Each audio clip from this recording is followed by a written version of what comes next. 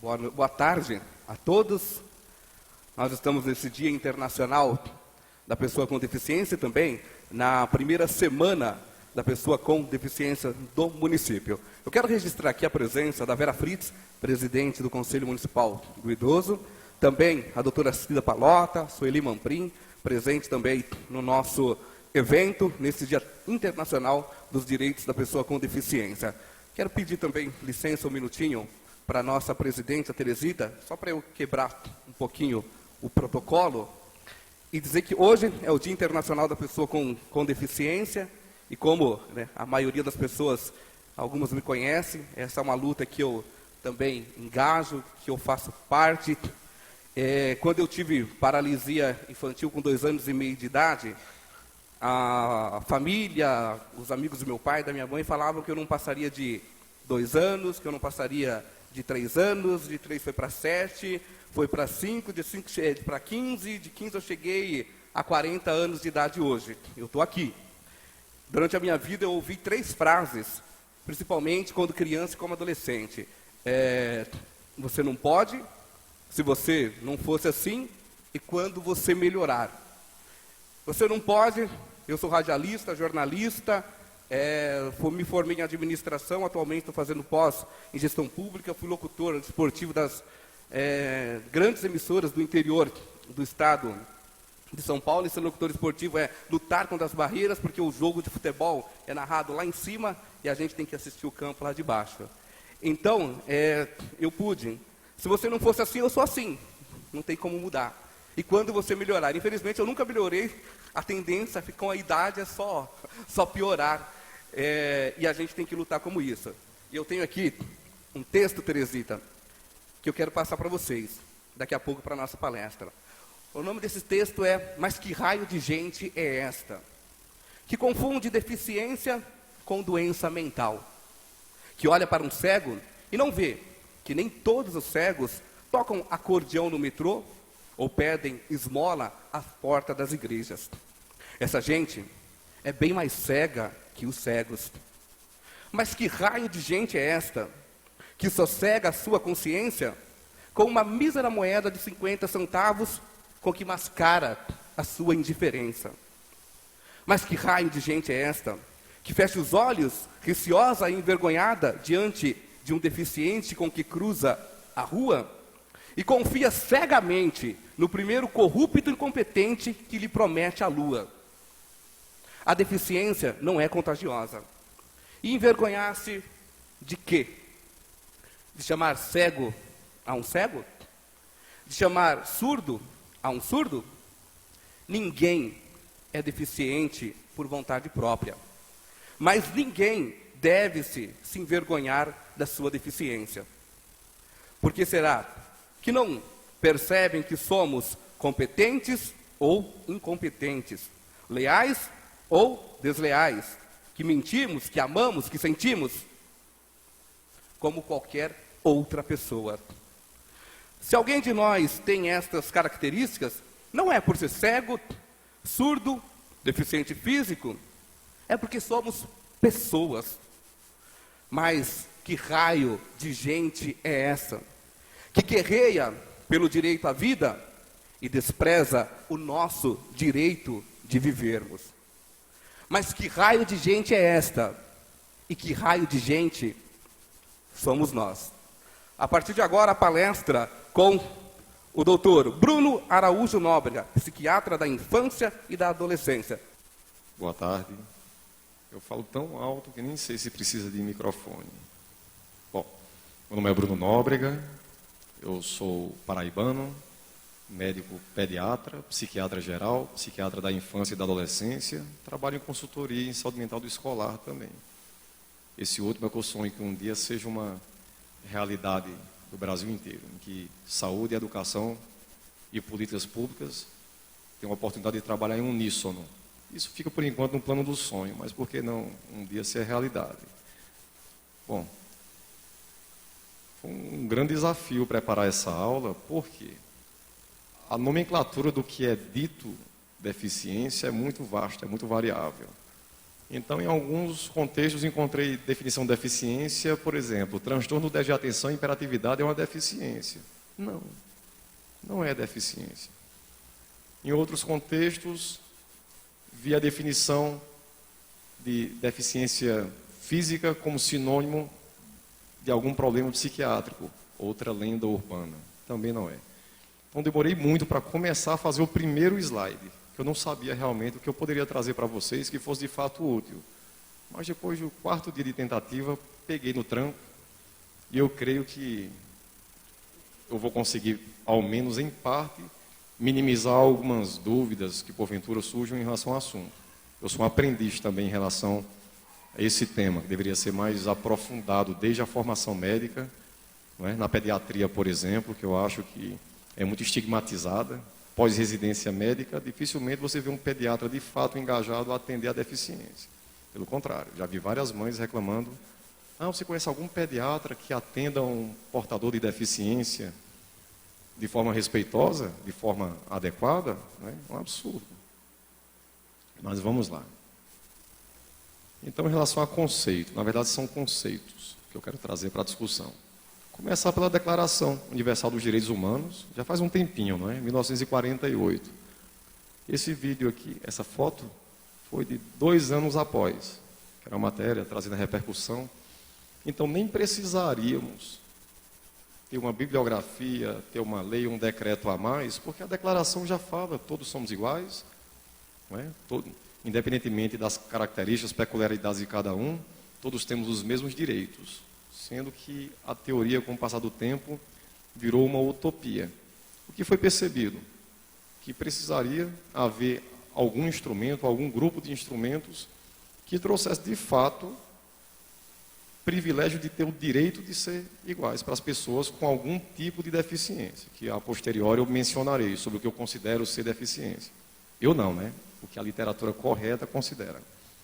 Então, a Convenção dos Direitos das Pessoas com Deficiência surgiu em virtude dessa falta de padrão universal para definir o que de fato é direito, como você exercer acesso igualitário, acesso à educação, acesso a deslocamento, acesso a ser feliz. Então, foi uma tentativa com dezenas de países, até que em agosto de 2006 houve um consenso final. E o comitê responsável da Organização Mundial das Nações Unidas definiu essa convenção.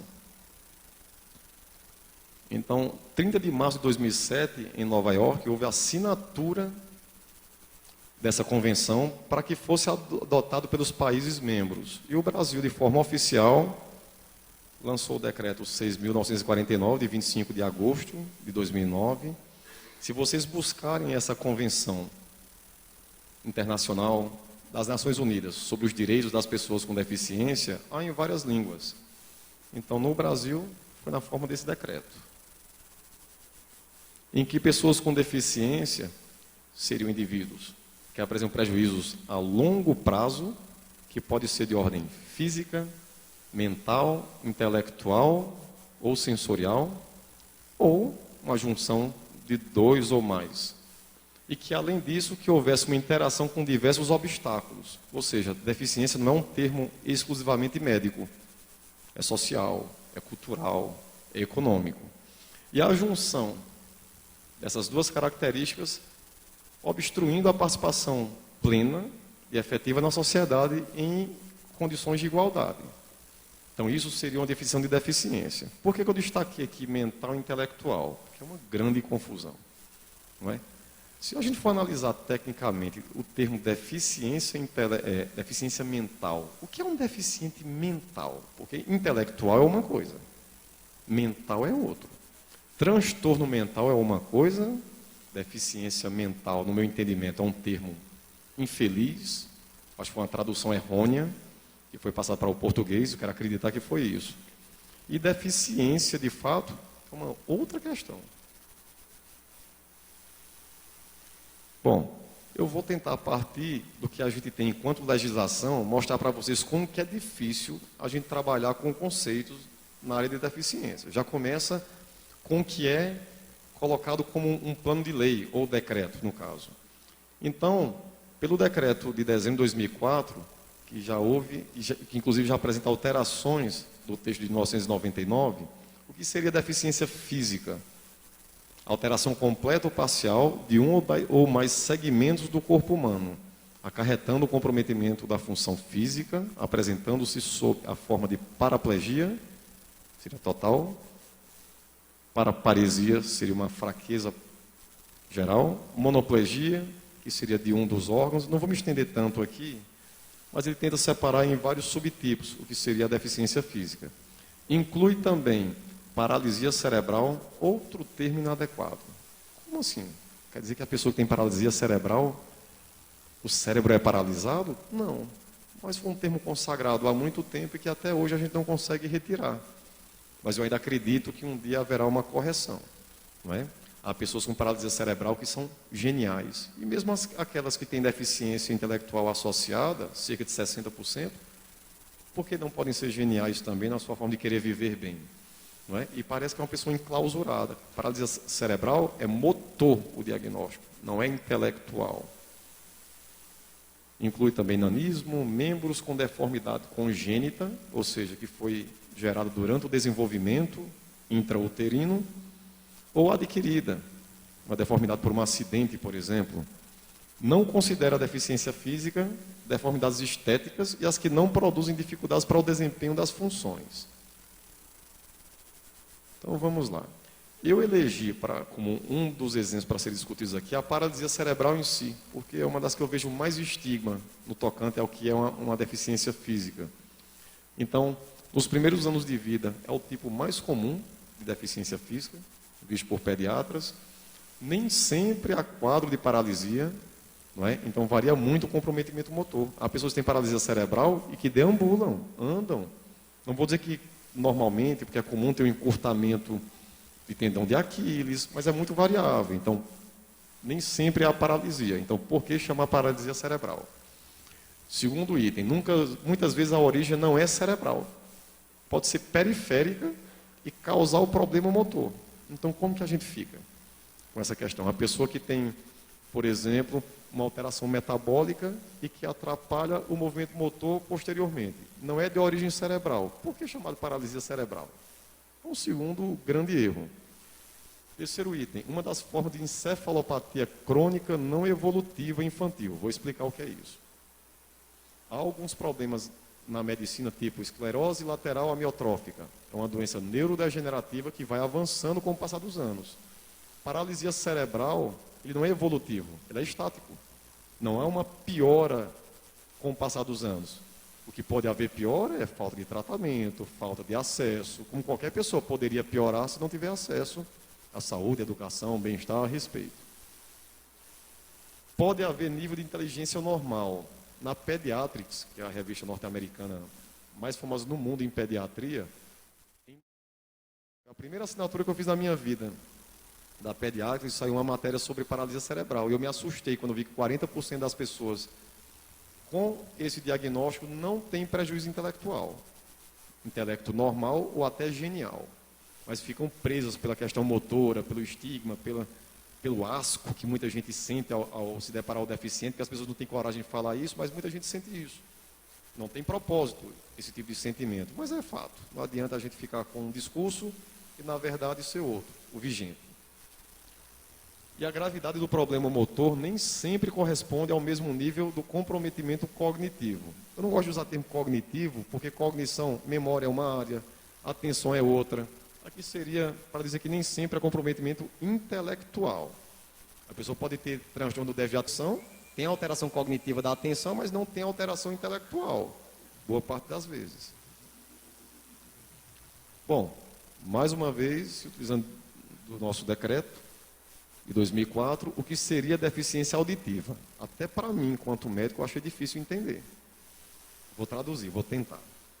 Então, perda bilateral, parcial ou total de 41 decibéis ou mais, aferida por audiograma nas frequências de 500 Hz, 1000, 2000 Hz. Quem é fono, quem é médico otorrino, quem é neurologista, áreas afins que trabalham diretamente com a deficiência auditiva, tudo bem, pode olhar e dizer, não, para mim é mamão com mel. Mas e para o portador que vai buscar os seus direitos e se depara com um texto desse? O que é que eu faço com isso? Não é? Socorro. Então eu encontrei, eu gostei dessa figurinha aqui. Então entendam assim, uma pessoa que tem uma audição normal, imagina uma linha cortando aqui. Seria a normalidade. Ela consegue ouvir som de galhos, nessa frequência de 2000 Hz, na frequência de 250 Hz, um gotejamento, passarinhos, consoantes, então F, o S, o T, o P. Na deficiência leve, mais ou menos a partir de 25, aqui, exatamente, aqui em 25, algumas pessoas já não conseguem ouvir algumas consoantes. Podem ser audíveis ou não. E como o leve vem até aqui, então aqui não atinge, por exemplo, passarinho. Acho é leve, mas talvez não ouça o som de passarinho, é bem sério, não é? É considerado leve. Moderada já seria em 40 decibéis. Vamos lá, pela lei. Então, até chegar aqui, você não é deficiente auditivo. Você ainda consegue ouvir um estronco, um choro forte, um cão latindo, um piano. Mas esses sons que estão acima têm grande dificuldade em serem audíveis. Então, consoantes, muito difícil. Passarinho não. Os galhos se mexendo não. Aqui ele usou o termo severo e eu fiz uma leve alteração. Não é severo, não é? É grave. Então, no grave, às vezes fica restrito a um som de um cão latindo fortemente, a um piano em tom mais grave, um telefone em volume máximo. E a deficiência auditiva profunda fica restrita a ouvir explosões, helicóptero, avião, ou seja, sons de altíssima intensidade. Então, para traduzir aqueles códigos de 40, que vocês ouviram, né, decibéis, nessas frequências de 500, 1000 e 2000 Hz, então fazendo uma linha aqui, tudo que a linha passar é o que o indivíduo é capaz de fazer. Então, grave seria a partir de 70, mas pela nossa lei, anteriormente, você já considera deficiência auditiva. 15% dos portadores de deficiências teriam deficiência auditiva. Depois eu vou mostrar dados do IBGE. O IBGE é bem discrepante. Então, por exemplo, enquanto deficiência intelectual, 50% dos portadores de deficiência, segundo a pediatria, tem, pelo censo, o maior número de deficiências se restringe à deficiência visual. Então, tem uma técnica de coleta, há dados genéricos e o IBGE pega um grupo restrito para fazer investigação mais profunda. Mas dados passados por terceiros via telefone ou via questionário não é a mesma coisa de um profissional dar o diagnóstico. Então, eu posso me considerar um deficiente visual e, na prática, não sê-lo.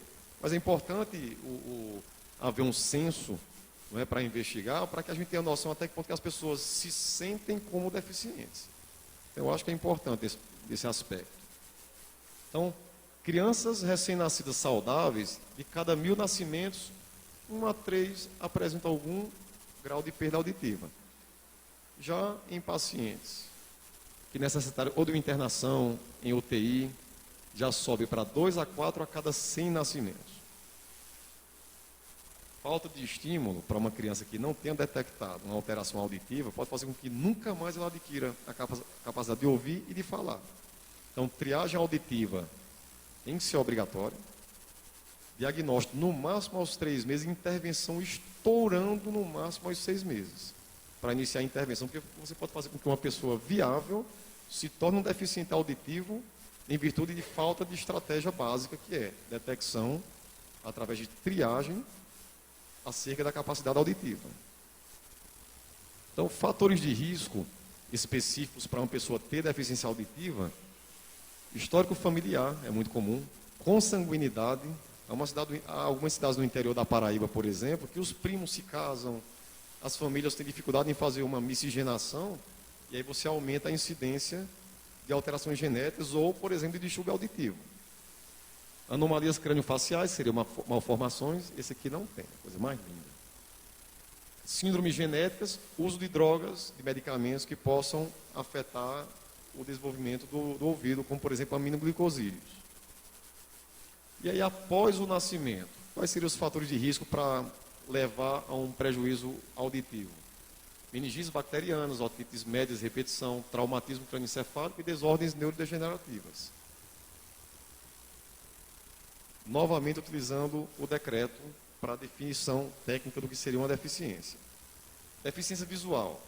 Então ele divide em 3 tipos. Um seria a cegueira, que é quando a acuidade visual é igual ou menor que 0,05 no melhor olho, ou seja, no olho que você enxerga com mais facilidade. Já com o uso de uma lente corretiva, por exemplo, não é sem nada. Eu vou explicar. Muita gente não entende o que é esse 0,05. Então, para quem não é da área, mas eu vou explicar, vou traduzir. Eu acho que vai ficar bonzinho o jeito que eu vou traduzir. Eu vou poder andar, vou até medir a distância, para vocês saberem como que a gente suspeita de uma deficiência visual. Então, menor que 0,05 no melhor olho, com a melhor correção óptica, ou seja, você está usando uma lente de contato, por exemplo, para atenuar a tua dificuldade de percepção visual. Ou, o que é outra definição? O que é baixa visão? Seria uma acuidade entre 0,3 e 0,05 no melhor olho, ou seja, russo para muita gente que está aqui, eu imagino, ouvir o que eu estou falando. E há um terceiro subtipo. Seriam os casos nos quais a somatória da medida do campo visual em ambos os olhos ser igual ou menor que 60%. Ou 2 de 3 alterações. Esse campo visual seria assim: nós seres humanos temos um campo visual de 180 graus. Descontando o que a gente perde pelo fato de termos nariz, uns 140, 160, varia de indivíduo para indivíduo.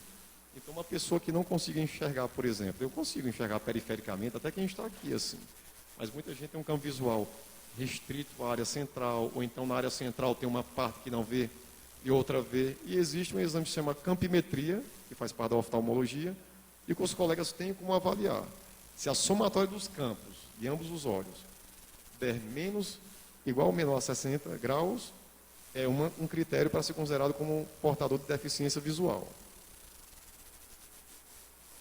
Então, traduzindo aqui, o que poderia ser isso?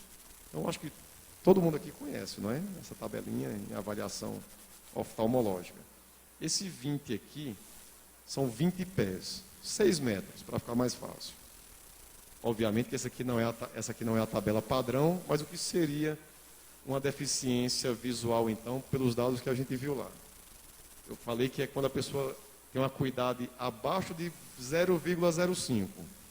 Então, imaginem assim, uma pessoa que vai para um exame com um oftalmologista, ela tem que enxergar, no mínimo, a uma distância de 6 metros, essa é a letra E. A 6 metros. Se você ficar 3 metros, que seria a metade da distância apenas, e não enxergar a letra E de forma adequada, já é um indício de que você realmente tem um problema gravíssimo de visão. Então, deixe-me ver o que faltou mostrar. É isso. E entre 0,3 e 0,05 já seria uma baixa visão, ou seja, se você não conseguir cumprir esse 20/70, esse aqui é o resultado da fração, tá? E vira 0,3. Se você não conseguir atingir além dessa linha aqui, por exemplo, daqui para baixo, não conseguir explicar para o oftalmologista, você provavelmente, isso um especialista avaliando, não pode ser qualquer profissional, né? Agora o doutor Bruno me ensinou, eu agora vou fazer um teste com a tabela de Snellen, que é o nome dessa tabela aqui. Então, a partir desse item 4 para baixo, não consegue descrever para o profissional, é um indício grande de baixa visão. E o campo visual já expliquei para vocês, é quando a pessoa tem uma dificuldade em enxergar o campo visual como nós enxergamos, ou pelo menos boa parte aqui, que seria 180 graus. Então, em relação à deficiência visual, fatores de risco que exigiriam encaminhamento para avaliação especializada. Alteração de reflexos, então, no exame de rotina, o médico coloca um feixe luminoso e a pupila não retrai como esperado, por exemplo. Leucocoria, seria uma imagem esbranquiçada, pode ser, por exemplo, indício de um tumor oftalmológico. Atraso na fixação e acompanhamento de objetos, não acompanha o ritmo dos estímulos, o olho muito paradão. Diferença no tamanho dos globos oculares, piscar constante, fotofobia, que seria uma sensibilidade excessiva à luz. Eu, quando fiz correção de miopia, eu me tornei um portador de fotofobia, mas isso não impede que eu viva bem, que eu enxergue praticamente tudo. Pelo contrário, minha vida até melhorou. Só para a praia que eu tenho que usar óculos, mas tirando e para dirigir. Nistagmo seriam movimentos contínuos dos olhos, podem ser horizontais ou verticais. Desvio fixo ocular, já mencionei. Desvio alternante que se mantém além de 5 meses de idade. É comum falar, o meu nenenzinho ele é zarolho, ele mexe o olhinho para lá e para cá, passou de 5 meses e continua com movimentos não controlados, tem que encaminhar para o pediatra e já solicitar um encaminhamento para especialista. Que às vezes o profissional mal formado faz assim, não, é neném cada um tem seu tempo. E aí numa dessa você come bola e deixa de investigar.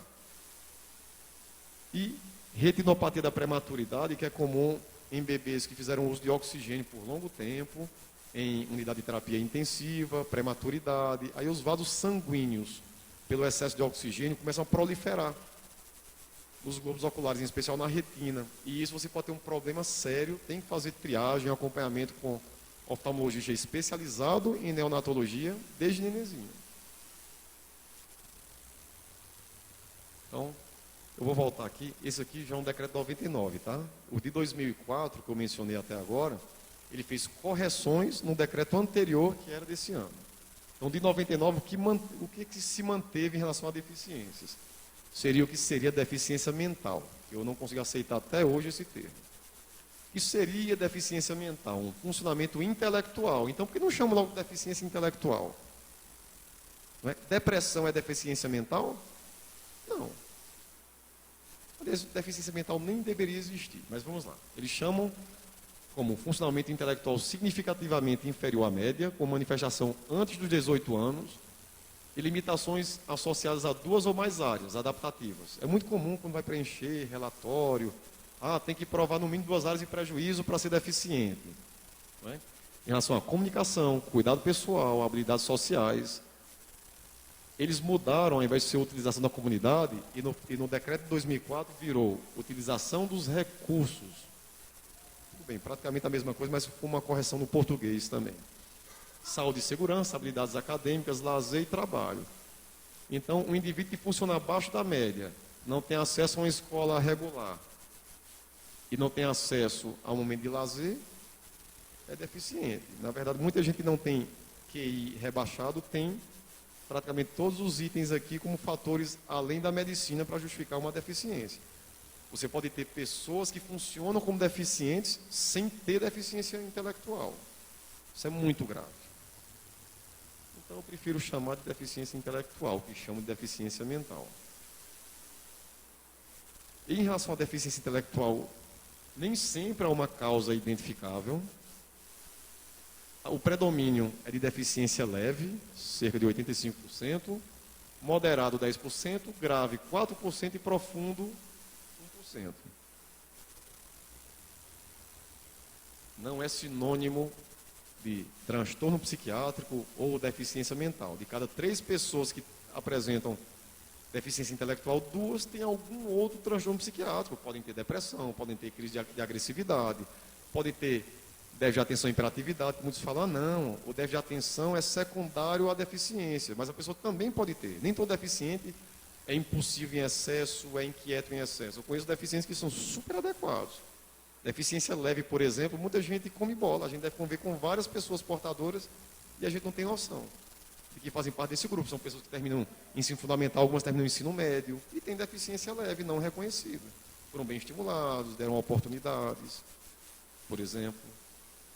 Então, vou insistir. O que é chamado retardo mental, eu deveria ter colocado entre parênteses, entre aspas, perdão. Que é um termo inadequado, é diferente de transtorno psiquiátrico, é diferente. Uma coisa são as questões da psiquiatria, outra coisa é a deficiência intelectual em si. Então, outra briga que vai haver com os dados do censo de 2010. Enquanto a gente considera na pediatria que 50% dos portadores de necessidades especiais apresentam deficiência intelectual, vou insistir, no censo foi dito que é a visual a campeã. Principais causas: falta de oxigênio no período pré, intra ou pós-parto, infecções congênitas, sífilis. Por exemplo, no século XXI, a gente ter casos relatados de sífilis é tão triste. Nós temos aqui. no município de Valinhos, casos relatados de sífilis. Mas temos aqui em João Pessoa, em São Paulo, mas não é possível, a essa altura do campeonato, a gente ter algo que é prevenível, não é? E a gente deixar passar em pré-natal. Isso é inadmissível. Eu, como médico, eu fico indignado quando eu sei que tem um caso, ou nesse município, ou em qualquer local, que é prevenível e é detectável. Então, síndrome de Down é a síndrome genética cromossômica mais frequente que leva à deficiência. Agora, todo Down é deficiente? Vocês nunca ouviram falar de Down não deficiente? Eu conheço. Entrou em faculdade, que fez curso técnico como qualquer um aqui. Agora, mega estimulado, mega, digamos assim, a genética foi muito generosa com a pessoa também. Em contrapartida, a pessoa pode ter síndrome de Down, autismo e deficiência intelectual grave, tudo junto. Então, é muito variável o espectro até dentro do Down. É uma minoria da minoria que tem uma capacidade mais avançada de intelecto preservado, mas há. Desculpa, vou voltar.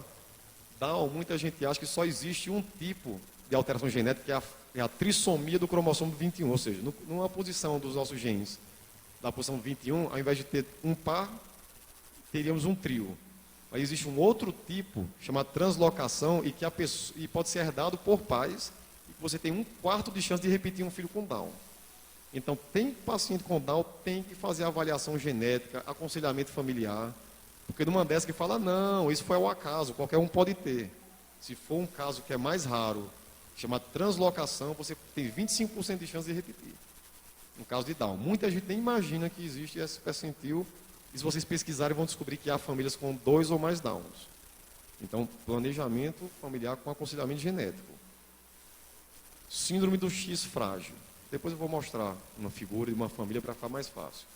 Será uma alteração no cromossomo X, e que durante várias gerações vai havendo alterações sem alterar o comportamento do indivíduo. Chega em um momento, há uma parte do nosso DNA chamada nucleotídeo, quando chegar a 200 alterações, mais ou menos, a pessoa evolui com deficiência intelectual, comportamento autístico, geralmente queixo pontudo, o rostinho fino, o céu da boca a gente chama palato em ogiva, né? Seria bem aprofundado, orelhas mal formadas, geralmente o que chamam por aí de orelha, não é bem orelha de abano, é mais do que isso, é mal formado, você vê que é um exagero de protrusão.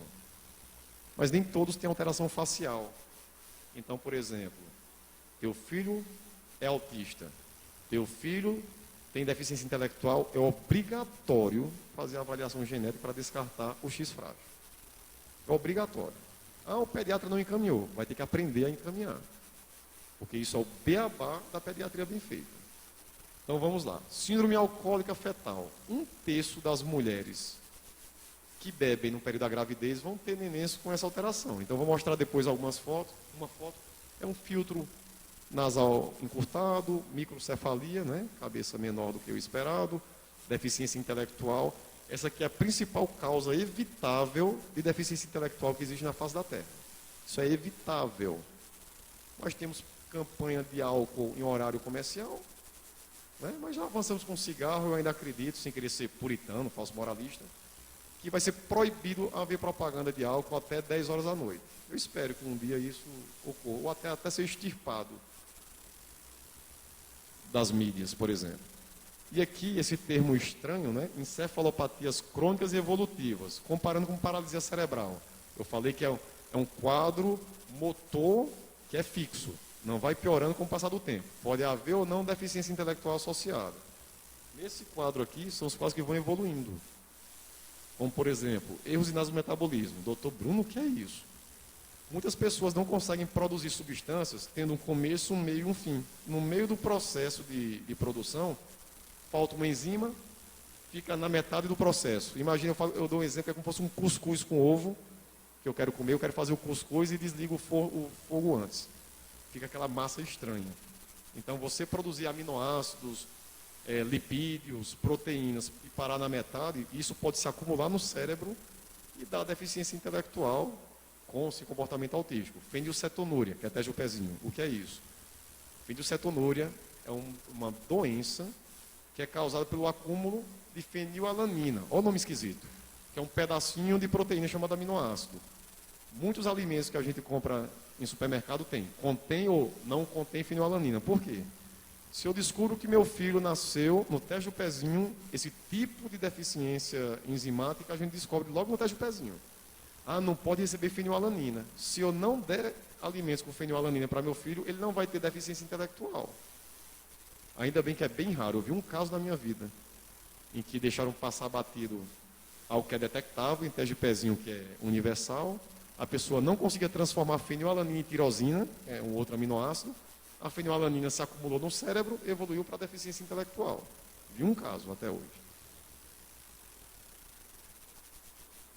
É síndrome da imunodeficiência adquirida, né? SIDA, ou como muitos conhecem como AIDS, mas esse seria um termo americanizado. Também é uma das causas. Então, os exemplos de deficiência. Então, essa criança aqui é filho de uma mãe, olha só. Filho de uma senhora, de uma jovem senhora, que fez uso de álcool, provavelmente de forma pesada, e que levou como consequência, não dá para ver aqui, mas ele tem microcefalia, a cabeça é menor do que o esperado, ele não tem um filtro nasal, os lábios, em especial os superiores, mais afinados, não é? E mais alongados. Então, mãe bebe muito, o pediatra não fez nenhuma menção, mas a criança tem uma cabecinha estranha, pequenininha demais, não tem filtro nasal, tem atraso do desenvolvimento, tem que investigar. É super comum. Aqui é um exemplo de uma doença que a gente chama de neurocutânea, porque pode envolver a área neurológica e a parte de pele, em que aparecem umas manchas em forma de folha na face posterior da coxa, por exemplo. Isso é super difícil. Isso aqui é um tipo chamado esclerose tuberosa. Então foi num exame de rotina. Viu uma manchinha, deficiência intelectual, foi investigar, era um quadro genético. Então é muito simples. Muita gente tem mancha como essa aqui, ninguém vai suspeitar. Mas deficiência mais achados físicos tem que ir atrás. Então, deficiência intelectual, especificamente, todos os casos deveriam ser encaminhados para triagem genética.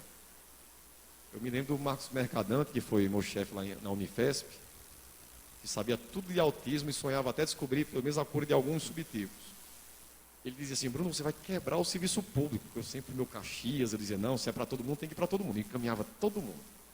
Né? E eu brincava, não, antes de ser psiquiatra, eu sou pediatra. E na pediatria eu aprendi que deficiência intelectual tem que investigar causas. Nem sempre encontraremos, mas vamos supor que você descubra algo que pode ser transmitido geneticamente. Você tem um filho com deficiência, tem uma filha que não tem, e o planejamento familiar dela.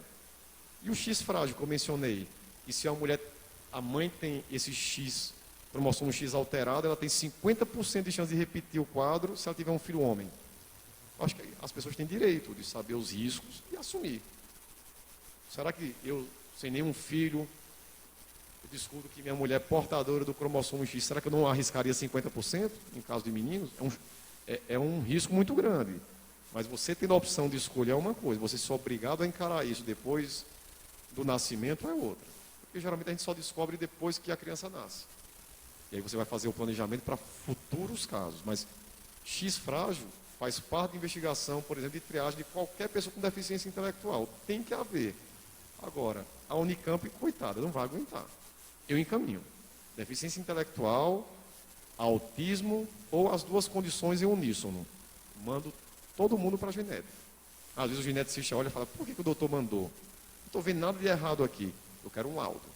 Eu quero que quem sabe mais do que eu escreva que o meu paciente não tem nenhum indício de algo genético que possa ser detectado. Porque se a mãe tiver um futuro caso repetido, alguém vai ter que arcar com essa responsabilidade. Então a gente tem que pecar pelo excesso. Aqui seria um exemplo de X frágil. Se vocês olharem assim, ele até parece com as irmãs e com a mãe. Ah, tem uma orelhinha de abano, tá bom, um monte de gente tem. Faz parte, até eu tenho um pouquinho. Então assim, esse garoto aqui, ele tem uma alteração no cromossomo X, herdado da mãe, mas nenhuma das irmãs tem alteração de intelecto. Eu falo que para cromossomo X alterado, vocês mulheres são muito mais preservadas do que homens. A gente basta um errado para dar zebra. Tem muita mulher que é portadora do cromossomo alterado e ela não manifesta qualquer quadro. Então a incidência para homens é o dobro em relação a mulheres, de um quadro como esse. Geralmente homens têm uma deficiência intelectual mais grave, comparando com mulheres.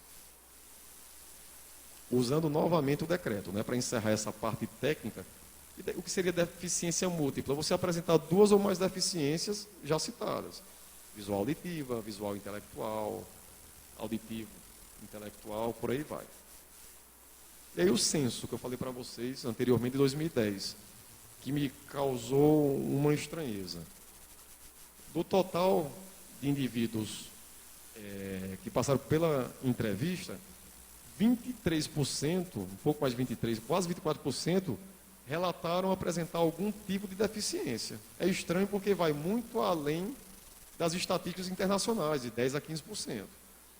E como eu já adiantei também, a maioria fala que é portador de deficiência visual. Mas como é um dado subjetivo, do tipo, é o que eu acho, não foi a partir de um dado mais técnico, então é complicado, mas vou insistir. É importante esse dado porque as pessoas se sentem deficientes. Então, no mínimo, tem que ter acesso a profissionais para dizer, olha, o que você julga que é deficiência, na verdade não é. Isso é uma catarata. Isso é uma miopia de 10 graus que você jura que não tem mais cura e que, na verdade, pode melhorar bastante. Tem muita gente, a pessoa funciona como deficiente. Então, se ela funciona como deficiente e não é, se um profissional habilitado, tipo um oftalmologista, não avaliar, como que saberemos? Então, aí lá vai o mundo dos sonhos. Crianças deveriam, no mínimo, fazer triagem visual aos 2 anos, 2, 3 anos, entrou na vida escolar para avaliar a alfabetização, faz novamente no início da adolescência. Quem tem histórico familiar de algum problema visual, tipo de acuidade como miopia, hipermetropia, já deveria passar até 1 ano de vida. A minha filha com 1 aninho passou, mas eu posso, né? Devido ao oftalmo pediatra, que não pode. Se sacode, não é? Não deveria ser assim. O problema foi que o Brasil quis assumir o compromisso de direito universal à saúde sem ter condições de implementar. Não vou nem dizer que é só uma questão financeira. São outras questões culturais, ideológicas, e que impedem que a gente, de fato, transforme o SUS em uma potência. Porque o texto, na teoria, é magnífico. Nós temos uma teoria do sistema de saúde que, se fosse implementada de forma correta, seria magnífico mesmo. Então, saindo do censo, falar agora sobre o que seria inclusão social. E eu pensei, como que eu vou falar sobre inclusão? Né? O que será que é importante levar para um público heterogêneo? Nem todo mundo lida diretamente com deficiências. Primeiro dado para ser falado aqui. Se a prevalência de portadores de algum tipo de deficiência é muito maior do que qualquer diagnóstico pediátrico, por que deficiência ainda é um estigma para ser trabalhado em consultórios do dia a dia de pediatria? Há vários pediatras que dizem, não, eu não atendo deficiência. Deficiências para algum pediatra da APAE, por exemplo, isso é um absurdo. Agora, o pediatra pode alegar, não tenho estrutura interdisciplinar para poder trabalhar enquanto pediatra para um portador de deficiência. Aí já muda a conversa. A partir de uma falta de condições, é que vai depender dos movimentos, né, do profissional com sua equipe para tentar estruturar e atender um deficiente de forma humanizada, de forma correta. Então, o pediatra, em relação à inclusão, a gente começa a inclusão com o direito de qualquer criança que quer ser avaliado em puericultura, primeiro ano de vida, ser avaliado mensalmente. Sendo que o pediatra tem que ser mais bem instrumentalizado para lidar de fato com deficiência como um quadro qualquer. Claro que deficiência é muito complexo, há vários tipos, há várias causas subjacentes, é muito complexo, tem que ser equipe interdisciplinar. Mas é um ser que é passivo de ter direitos que não são cumpridos boa parte das vezes. Então, detecção precoce de alteração de desenvolvimento tem que ser no exame de rotina, sabe? Não é só ver peso e estatura. Ele sorri para você, mãe. Ele balbucia. Não ligue não, porque atrasar a fala, menino demora. Aí numa dessa pode ser uma deficiência auditiva, pode ser um espectro do autismo. Então, assim, a gente tem que acabar com as lendas. Até que idade é normal uma pessoa atrasar a fala? Não tem um ponto de corte fixo, mas assim, depois de 1 ano e meio, 2 anos, a criança tem um ganho no vernáculo, que quando chegar aos 3 anos, já tem tantas palavras possíveis, que se passou de 1 ano e meio, fala muito mal, entendeu? Parece não compreender, para ontem tem que ser encaminhado para uma equipe interdisciplinar. Não obrigatoriamente é uma deficiência, mas tem que ser tirada a limpo. Um autista, eu não consideraria deficiência. Eu vou falar em breve a Dilma Rousseff, em 2012, com a equipe, definiu que autismo agora é deficiência, mas autismo entraria em que tipo de deficiência? Se for um autista com QI de 150, um gênio, ele é deficiente intelectual? Não. Físico? Provavelmente não. Sensorial? Tipo auditivo ou visual? Também não. Então, que deficiência? As pessoas... Mental. Ah, é um deficiente mental. Também não é. Até porque é um termo que eu já passei para vocês e eu considero super inadequado. Então, detecção precoce começa com inclusão a atendimento como qualquer outro ser humano. Sabe, suspeita ou confirmação de deficiência não é nenhum coitadinho, não. É um ser humano que tem as suas particularidades. Vamos lá, um usuário de substâncias. Eu trabalho com dependência química em adolescência há vários anos. Alguns usuários de substâncias são muito mais prejudicados do que muitos portadores de deficiências sérias. Então, o que é ser deficiente, entre aspas, não é? Em relação a fatores de risco, aqui é mais técnico, não vou me estender tanto. Só quero que vocês saibam assim, para a gente fazer inclusão, a gente tem que tentar minimizar os casos de deficiência que podem ser preveníveis. Então, no pré-natal, a gestante apresentou hipertensão, diabetes, problemas cardíacos, aumenta a chance dela ter um bebê com complicações no pós-parto que podem evoluir para algum tipo de deficiência. Infecções congênitas, já citei, por exemplo, sífilis, HIV, toxoplasmose, rubéola, que são adquiridas durante a gravidez, por exemplo, que podem lesionar o neném. Incompatibilidade de RH, minha mãe é A negativo, meu pai O positivo. Minha irmã nasceu positivo, do segundo filho em diante tem que receber a vacina, entre aspas, seria imunoglobulina para tirar o sangue materno que está babando para pegar o sangue positivo e fazer mal. Então a mulher RH negativo, se ela tem um neném positivo na primeira gravidez, o organismo fala assim, não vou mexer contigo não, mas na próxima eu te pego. Se a mãe tiver um segundo neném RH positivo, a mãe sendo RH negativo, pode haver um problema sério do organismo da mãe não reconhecer o seu próprio filho e causar sequelas. Isso é prevenível. Então, acho que não é mais aceitável a gente ter deficiência, seja lá qual for, por incompatibilidade sanguínea. Uso de álcool ou drogas, não é? Acho que nem preciso me estender aqui. Perinatais, que seria próximo ao parto ou durante o parto ou pós-parto. Prematuridade, baixo peso seria a partir de abaixo de 2,5 gramas, mas principalmente quando o peso é inferior a 1,5 kg. Retardo do crescimento intrauterino, que é quando o neném, com o passar da gestação, ele não acompanha o crescimento esperado, que há vários tipos. Hipóxia, que seria diminuição de oxigênio grave no período pós-parto, ou icterícia, que falam tiriça, né? Que seria a pele amarelinha, que na verdade, dependendo da intensidade, pode mexer em áreas do cérebro chamadas núcleos da base. E aí poderia dar problemas sérios na parte motora, deficiência intelectual. Distúrbios metabólicos graves, por exemplo, um neném que nasce com 5 quilos, não fizeram um acompanhamento correto da glicemia dele, ele teve uma baixa de glicose, convulsionou várias vezes, lesionou o cérebro. Nem todo mundo fica com lesão cerebral, mas poderia ocorrer isso. Hiperinsulinismo, por quê? Porque uma pessoa que nasce com 5 quilos, ele nasce com fome, então ele produz muita insulina. A insulina deixa a glicose lá embaixo. Então não basta mamar bem, tem que supervisionar. Baixo peso também, baixo peso não tem reservas de glicose suficientes, então ele pode ter uma hipoglicemia, convulsionar e ter uma lesão cerebral. Hemorragia intracraniana, nem todo neném que tem sangramento, o médico suspeita, faz aquele ultrassom, a gente chama de transfontanela, vai pela moleirinha. Alguns nenéns que tiveram sangramento não vão ter sequelas depois, outros terão, mas é um fator de risco.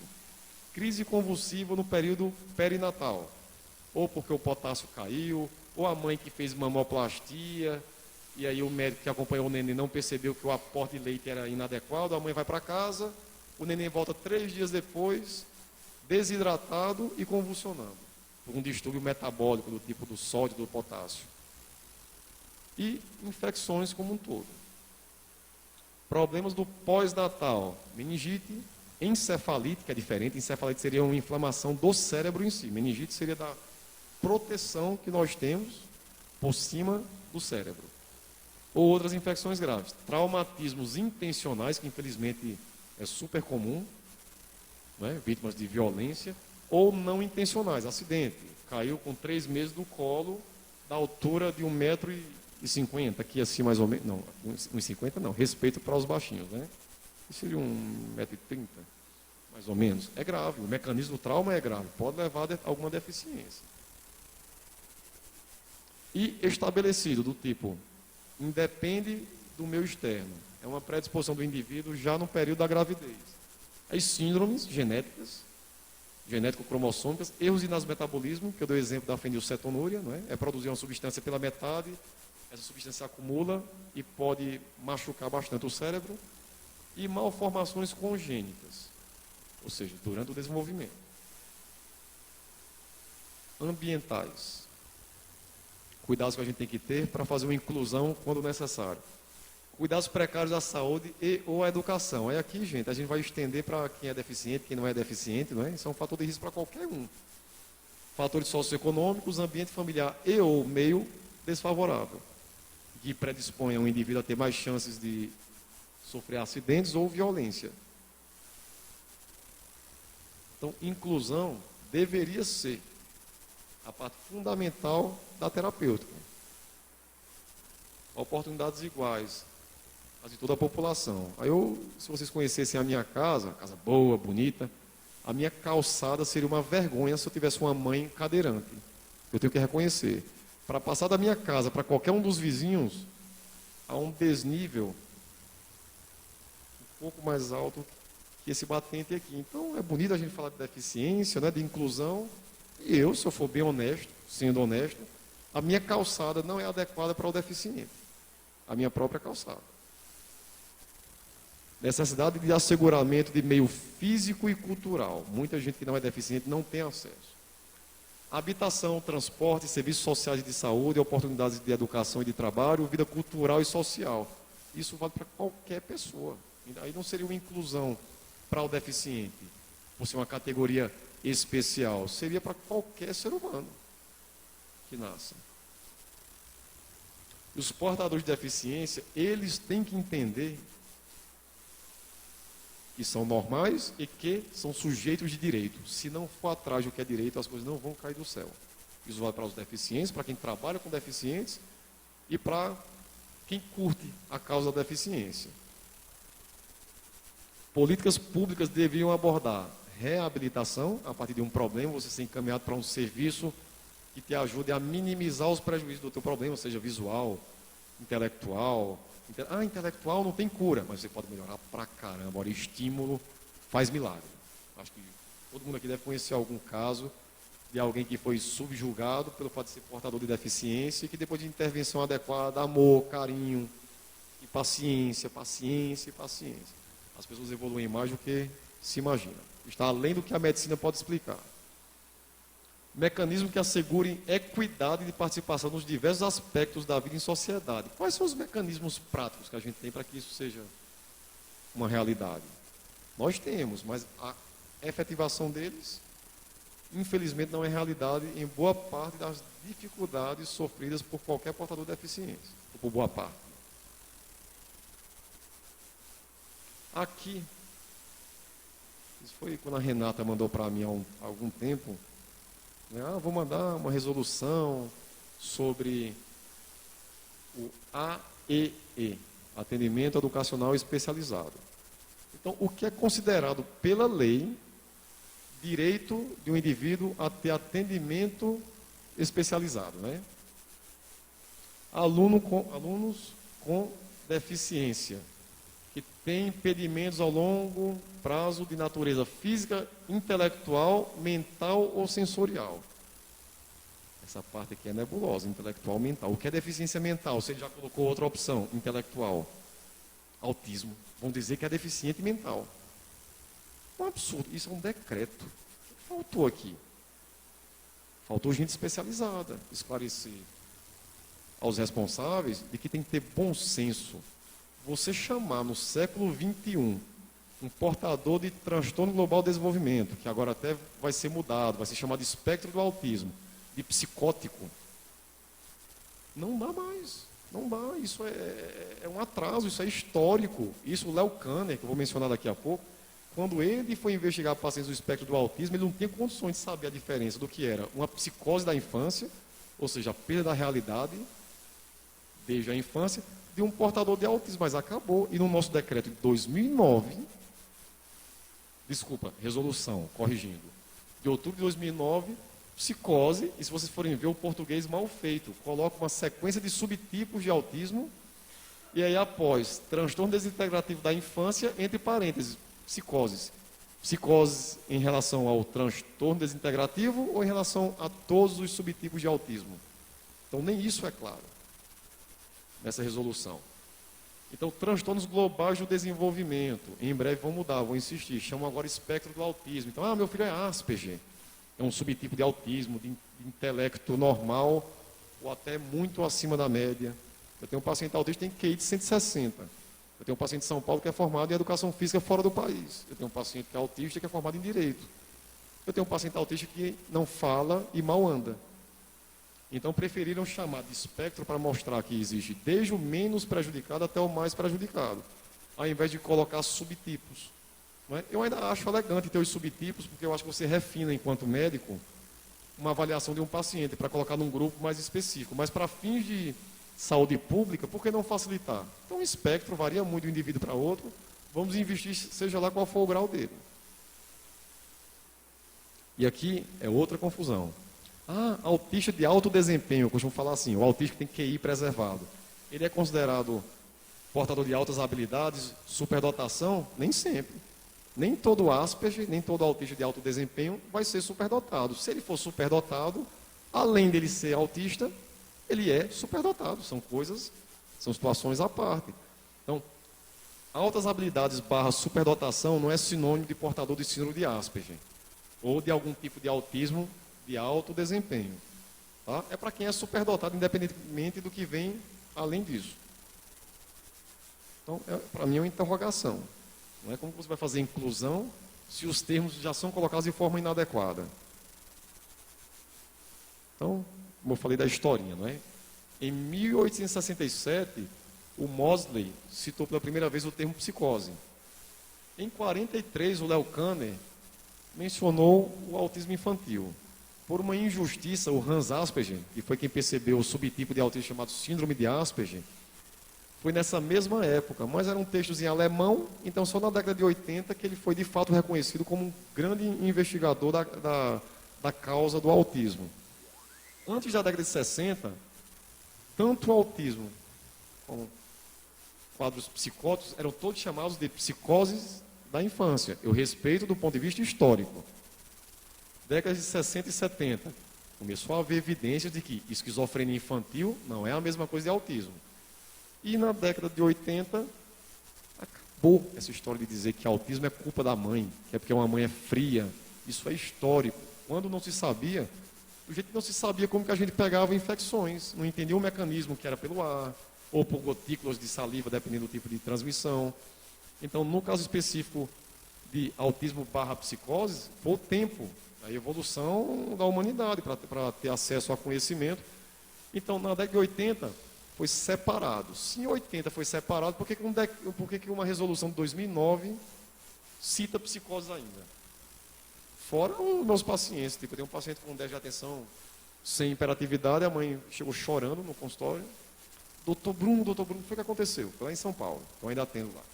Doutor Bruno, a psicóloga, o senhor está me escondendo alguma coisa? Por quê? A psicóloga disse, meu filho é psicótico.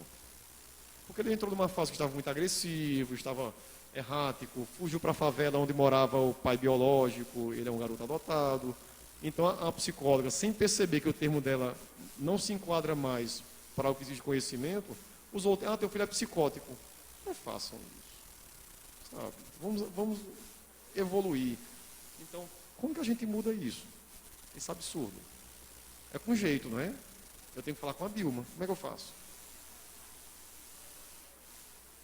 Como que eu falo? Vou dar um jeito. A minha mãe conheceu uma vez a Dilma, eu vou dar um jeito de falar com ela. Olha, é uma via, sendo que eu transformaria a questão de nomenclatura num quadro estritamente médico. Eu não queria que ficasse com esse peso. Eu acho que é uma questão médica, educacional, social, cultural. Então, para não restringir a um quadro médico, né, fala assim, quando o doutor fala, as portas se abrem, não é? Costumam falar isso. Mas aí não é legal. A gente não vai fazer inclusão de fato enquanto a gente direcionar para a área médica. Agora, consultar o Conselho Federal de Medicina, as instâncias de educação, né, outras instâncias de saúde, serviço social, né, assistência social, que é fundamental no trabalho de inclusão. Aí sim as coisas andam. Mas a gente tem que chegar na chefe.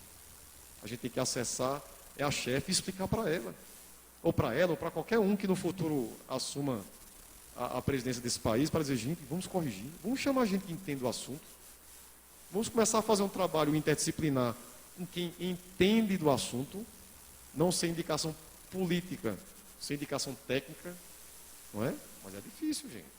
Na verdade, mudam-se os partidos, não vou entrar em veredas políticas aqui não, porque não é o intuito.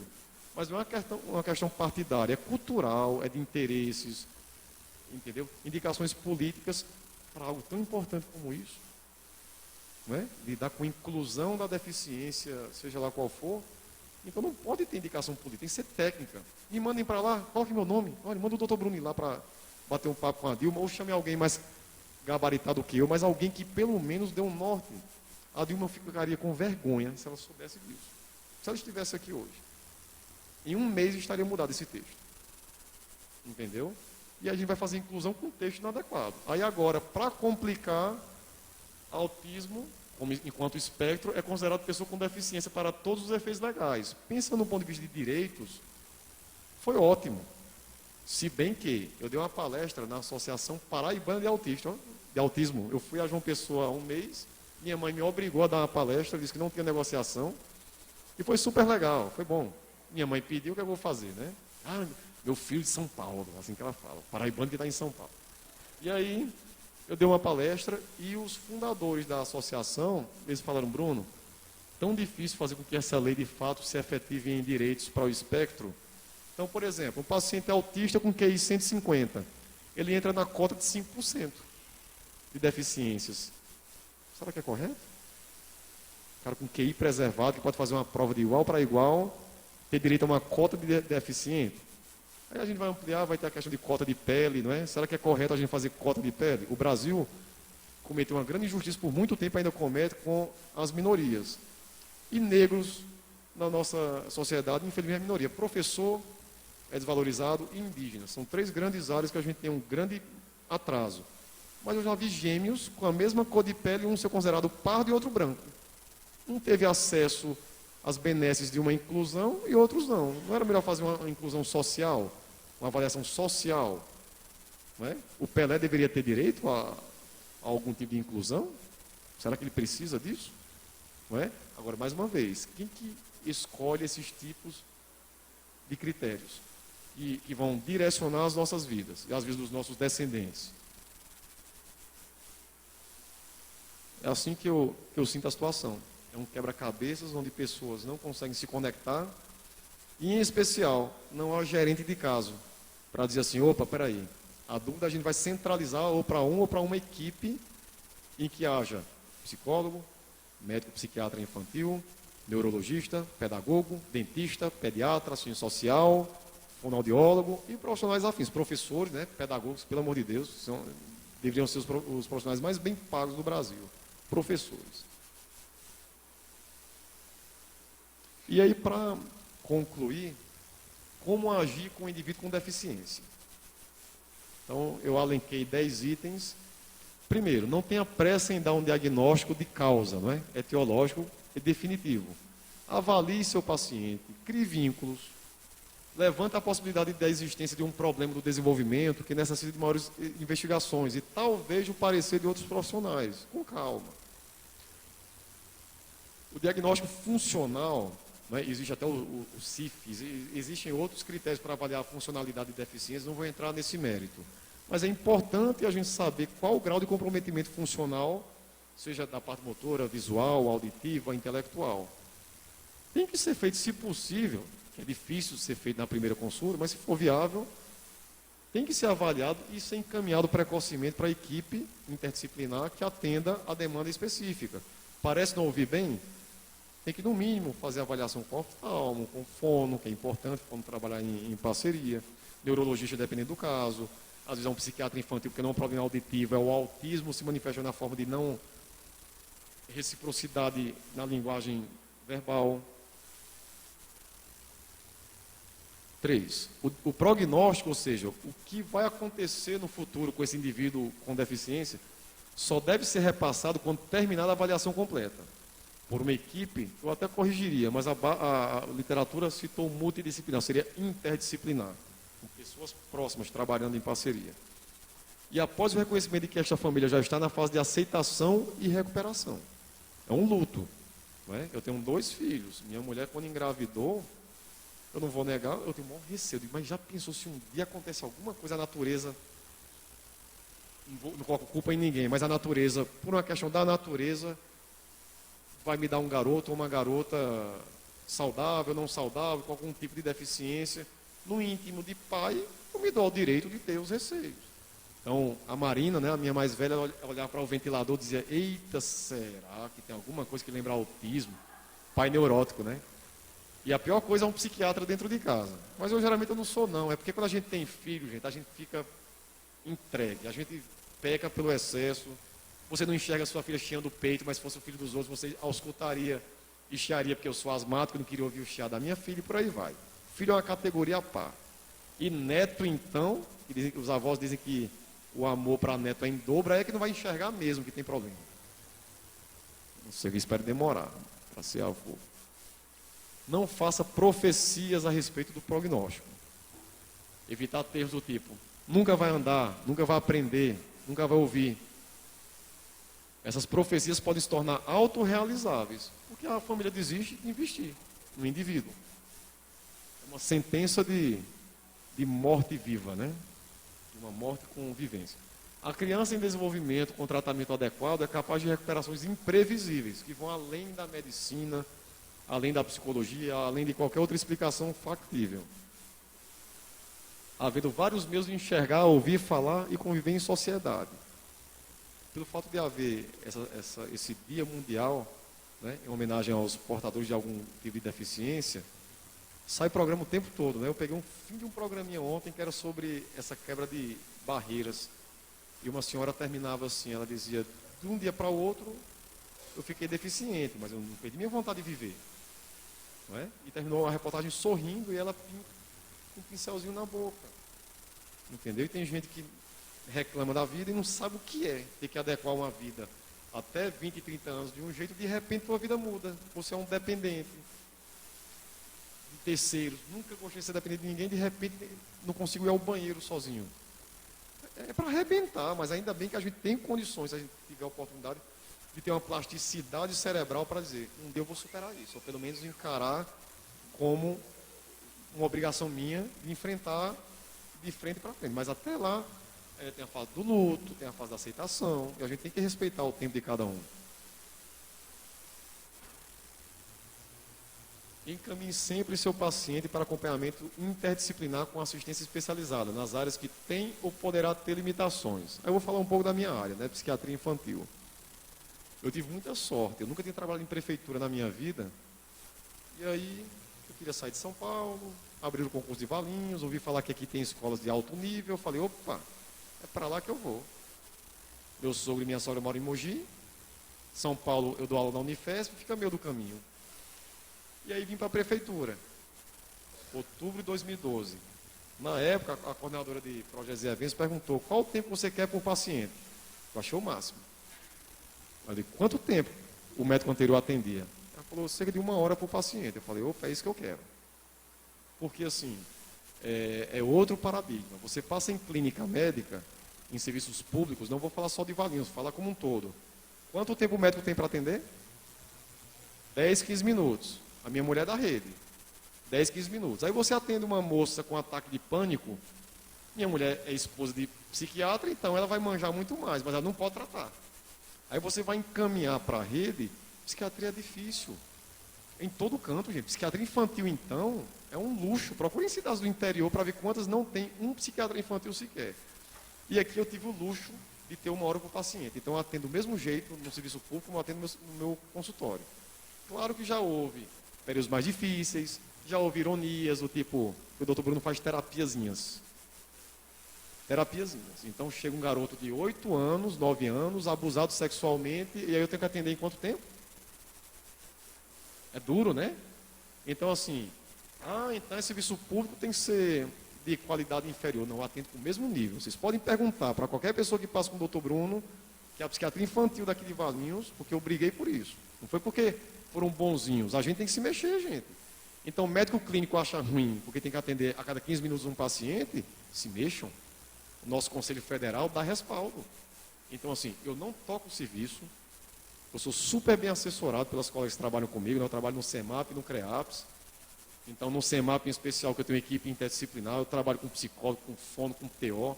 Há colegas que já suspeitam de um problema psiquiátrico sem eu nem avaliar. E quando eu avalio, eu só confirmo. Porque meio que virou um grupo, pensando numa causa própria, né? Cada um direcionando para um lado. Então, eu tive sorte, mas eu tenho um colega meu que já atendeu como psiquiatra 4 por hora. É impossível. Numa dessas, um esquizofrênico cometeu suicídio. Ele fica na dúvida, será que foi porque eu dei menos tempo a ele do que ele precisava? Então, assim, caso novo hoje, eu demorei 1h40. Não vou entrar em detalhes, por uma questão ética, o mundo é pequeno aqui. Eu conheço quem foi hoje com o doutor Bruno. Então, assim, eu tenho a oportunidade de fazer uma psiquiatria que eu considero que é adequada, de nível, no serviço público. Infelizmente é raro. É raríssimo e você ainda é sujeito a ouvir piadas, ironias, porque tem uma agenda. Caso novo, doutor Bruno tem vaga para quando? No CEMAP? Junho de 2015. Vão fazer o quê? Vão me obrigar a atender o dobro? Para retornos não, mas para casos novos. Tem um lado bom. Estou vendo alguém aqui estupefado assim, Mas para você, só para ficar mais tranquila, significa, sabe o quê?